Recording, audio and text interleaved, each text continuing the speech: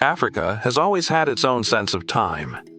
Long before modern calendars, seasons were marked by harvests, rains, ancestors, and rituals passed down through generations. But colonialism did not only redraw borders, it reshaped time itself. Through missionaries, foreign rule, and European education systems, new holidays entered African life. Some arrived quietly, others were enforced. And over decades, Africans did what they have always done best. They adapted, transformed, and gave these dates new meaning. Today, many of the most widely celebrated days across Africa are not indigenous, but they are deeply African in practice. From the most celebrated to the least celebrated, this is the story of colonial-introduced events that still shape Africa's calendar today. 1. New Year's Day. The most celebrated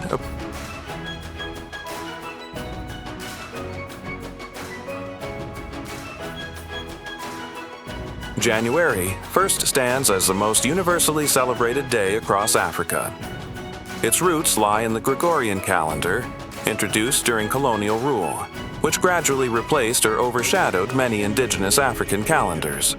Colonial administrations standardized time for governance, trade, education, and labor, making the European New Year unavoidable. Today, New Year's Day transcends religion, culture, and borders. In cities, fireworks light the sky. In villages, prayers are offered. Churches hold overnight vigils. Families reflect, forgive, and hope. What began as a colonial calendar system has become a deeply emotional moment of renewal and unity. Across Africa, January 1st is no longer foreign. It is fully woven into modern African life, making it the most celebrated imported holiday on the continent. 2. Christmas and Boxing Day.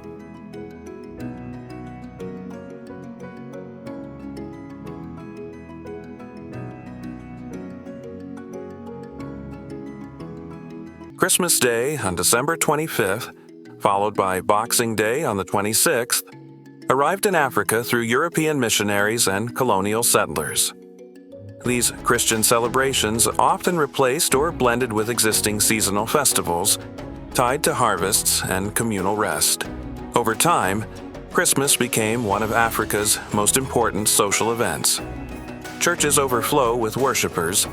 Families travel hundreds of kilometers to reunite. Homes are filled with local dishes, music, and laughter. While the origins are colonial, the celebration is unmistakably African. European traditions were replaced with local foods, rhythms, and languages. Christmas became less about Europe and more about community, gratitude, and togetherness. Its near-continental reach places it just below New Year's Day in popularity. 3. Easter.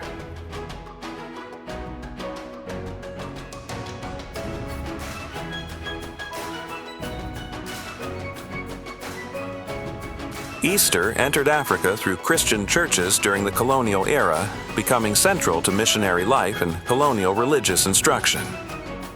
Good Friday and Easter Monday were institutionalized as public holidays in many territories. Today, Easter remains deeply significant in countries with large Christian populations. The period is marked by intense church services, reenactments of the crucifixion, fasting, prayer, and family visits. Unlike Christmas, Easter is quieter, more reflective. It emphasizes sacrifice, resurrection, and moral renewal rather than celebration. While not universally observed across all religions and regions, Easter remains one of the most respected and enduring colonial-introduced holidays in Africa. 4. Valentine's Day.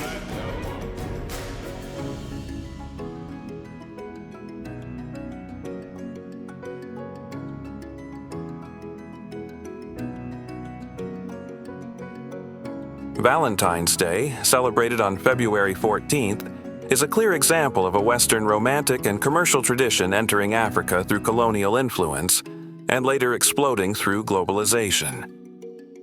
Introduced via missionaries, Western education systems, and colonial settlers in the late 19th and early 20th centuries, it remained minor for decades.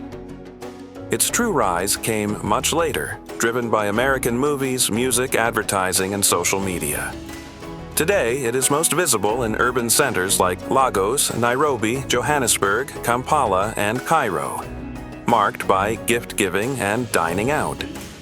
Africans, however, reshaped it. In South Africa, couples celebrate with braai dates and local flowers like proteas. In Ghana, February 14th was rebranded as National Chocolate Day, promoting local cocoa farmers. Still, Valentine's Day remains largely urban and commercial, making it less deeply rooted than religious or calendar-based holidays.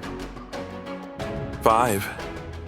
Cape Town Minstrel Carnival, the least celebrated.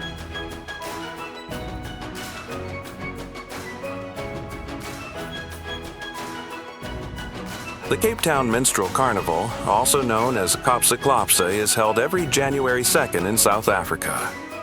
Its origins trace back to slavery when enslaved Africans under Dutch and British rule were granted one day off after New Year's Day to sing, dance, and celebrate.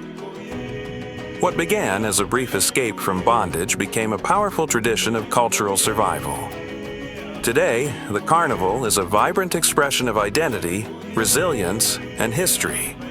Marching bands, painted faces, and tailored costumes transform the streets of Cape Town. Yet, outside South Africa, few Africans celebrate or even recognize this event. Its deeply localized nature makes it the least celebrated colonial-era tradition on the continent, though one of the most historically meaningful.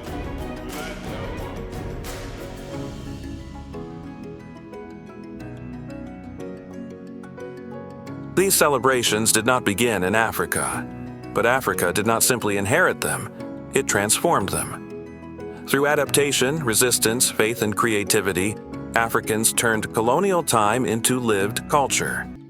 Understanding these holidays is not about rejection, it is about awareness, history, and ownership. Because even when time was imposed, Africa made it its own.